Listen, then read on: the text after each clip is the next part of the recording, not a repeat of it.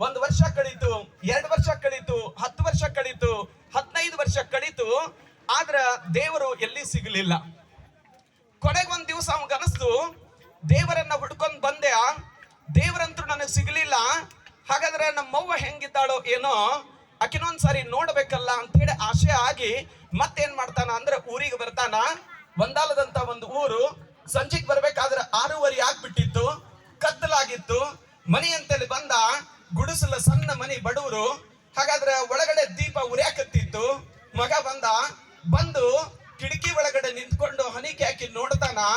ಮುಪ್ಪಾನ ಮುದುಕಿಯಾದಂತ ತಾಯಿ ದೀಪದ ಮುಂದೆ ಕುಂತಾಳ, ಆದ್ರೆ ಸುಮ್ಮ ಕುಂತಿಲ್ಲ. ದೀಪದ ಮುಂದೆ ಕುಂತು ತಾಯಿ ಕೇಳ್ಕೊಳಕತ್ತಿದ್ಲು, ಅಪ್ಪ ಭಗವಂತ ದೇವರೇ, ನನ್ನ ಮಗ, ನನ್ನ ಕೂಸ ನಿನ್ನ ಹುಡುಕಬೇಕು, ಕಾಣಬೇಕು ಅಂತ ಹೇಳಿ ಹೋಗ್ಯಾನ. 15 ವರ್ಷ ಕಳೆದು ಹೋಗ್ಯಾವ ಭಗವಂತ, ನನ್ನ ಮಗ ಹೆಂಗಿದ್ದಾನೋ ಏನೋ. ಅವ ಊಟ ಮಾಡ್ಯಾನೋ ಇಲ್ಲೋ ಗೊತ್ತಿಲ್ಲ. ಅರಣ್ಯದಲ್ಲಿ ಕಾಡು ಪ್ರಾಣಿಗಳಿದ್ದಾವ, ಹುಲಿ ಇದ್ದಾವ, ಚಿರತೆ ಇದ್ದಾವ, ಎಲ್ಲ ಇದ್ದಾವ. ನನ್ನ ಮಗ ಮಳಿ ಚಳಿ ಎಲ್ಲಾ ಸಹಿಸ್ಕೊಂಡು ಉಪವಾಸದಿಂದ ಹುಡುಕಾಡಕತ್ತಾನ. ನನ್ನ ಮಗಗ ಭಗವಂತ ನೀನು ಕಷ್ಟ ಕೊಡಕ್ ಹೋಗ್ಬೇಡ, ಆದಷ್ಟು ಬೇಗ ನಿನ್ನ ದರ್ಶನವನ್ನ ಅವನಿಗೆ ಕರುಣಿಸು, ನನ್ನ ಮಗ ಖುಷಿಯಿಂದ ವಾಪಸ್ ಬರ್ಲಿ ಅಂತ ಹೇಳಿ ತಾಯಿ ಆ ದೀಪದ ಮುಂದೆ ಕುಂತು ಪ್ರಾರ್ಥನೆ ಮಾಡ್ಕೊಳಕತ್ತಿದ್ಲು. ಇದನ್ನ ನೋಡಿ ಕಿಟಕಿಯೊಳಗೆ ನಿಂತಂತ ಹುಡುಗನ ಎದಿ ಒಡೆದು ಹೋಯ್ತು. ಯಾಕ ಅಂತ ಕೇಳಿದ್ರ ಅವ ಏನೂ ಮಾತಾಡ್ಲಿಲ್ಲ, ಕಣ್ಣೀರು ಸುರ್ಯಾಕತ್ತು. ಓಡೋಡಿ ಬಂದು ತಾಯಿಯ ಕಾಲಿಗೆ ಬಿದ್ದು ಹೊಳ್ಳಾಡಕತ್ತ, ನಮಸ್ಕಾರ ಮಾಡಕತ್ತ. ಯಾಕಪ್ಪ ನನ್ನ ಕೂಸ ಅಂತ ಕೇಳಿದ್ರೆ ಆ ತಾಯಿ ಹೇಳ್ತಾಳ, ಯವ್ವ ನಾನು ದೇವರನ್ನ ಹುಡ್ಕೊಂಡು ಹೋದ್ಯಾ, 15 ವರ್ಷ ಕಳೆದ್ಯಾ. ಆದ್ರ 15 ವರ್ಷದಾಗ ಯಾವತ್ತೂ ಒಂದು ದಿನ ಕೂಡ ನಿನ್ನ ನೆನಪು ಬರಲಿಲ್ಲ, ನಮ್ಮವ್ ಹೆಂಗದಾಳೇನು ಅಂತ ನನಗೆ ವಿಚಾರ ಬರಲಿಲ್ಲ.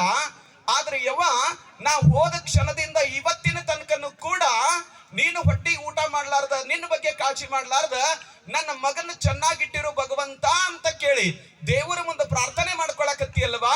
ನಾನು ಹುಚ್ಚ, ದೇವ್ರ ಅಲ್ಲಿಲ್ಲವಾ? ಹಾಗಾದ್ರೆ ನನಗೆ ಜೀವನ ಕೊಟ್ಟು ನನಗೋಸ್ಕರನೇ ನಿನ್ನ ಬದುಕನ್ನ ಮುಡುಪಾಗಿಟ್ಟಿಯಲ್ಲ, ನೀನು ನಿಜವಾದ ದೇವ್ರ ತಾಯಿ ಅಂತ ಹೇಳಿ ತಾಯಿ ಕಾಲಿಗೆ ಬಿದ್ನಲ್ಲ. ಬಹುಶಃ ಆ ತಾಯಿ ನಮಗ್ ದೇವ್ರಾಗ್ತಾಳೆ.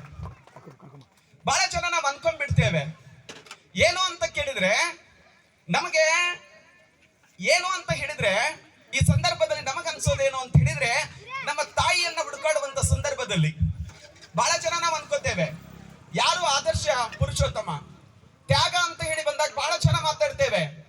ಅಯೋಧ್ಯೆ ಅನ್ನುವಂತ ರಾಜ್ಯ, ಆ ರಾಜ್ಯದ ರಾಜಕುಮಾರ. ಹಾಗಾದ್ರೆ ತಂದೆಯ ಮಾತನ್ನ ಪಾಲಿಸೋದಕ್ಕಾಗಿ ದೊಡ್ಡ ರಾಜ್ಯವನ್ನೇ ಬಿಟ್ಟು ಕೊಟ್ಟು ಹೋದ್ನಲ್ಲ ರಾಮ, ದೊಡ್ಡ ತ್ಯಾಗಿ ಅಂತ ಹೇಳಿ ನಾವೆಲ್ಲರೂ ಮಾತಾಡ್ತೇವೆ. ಆದ್ರೆ ಸ್ನೇಹಿತರೆ, ನಾವು ನೆನ್ಪಿಟ್ಕೊಳ್ಳೋಣ, ನಿಜವಾದಂತ